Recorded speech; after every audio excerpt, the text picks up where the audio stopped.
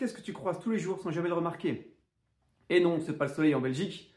Celui-là, quand il sort, on se tape façon 5 jours de canicule. Donc bon, je te parle plutôt de toutes les chapelles qui sont dispersées sur le territoire. Alors, il y a différents types de chapelles. On a la chapelle de chemin ou de croisement qui se trouvait forcément à la sortie des villes, des villages, ou sur les chemins de pèlerinage. Donc, on faisait une prière avant de prendre la route. On a également les chapelles privées, donc c'était pour ceux qui avaient un peu plus de fric, on pouvait construire une chapelle sur son terrain. Pas besoin d'aller prier à l'église, on y allait directement prier dans notre chapelle privée. Et enfin, on avait les chapelles de remerciement. Ces chapelles qu'on faisait construire pour remercier une guérison ou un miracle. Donc, on la faisait construire pour le saint qu'on avait invoqué pour ce miracle ou cette guérison. D'ailleurs, ce serait marrant de compter le nombre de chapelles que vous croisez le matin pour aller au travail ou à l'école. Moi, j'ai fait l'exercice et j'ai pu voir des chapelles que je n'avais jamais remarquées. Malheureusement, certaines de ces chapelles ne sont pas en très bon état. Et oui, elles nécessiteraient une belle restauration.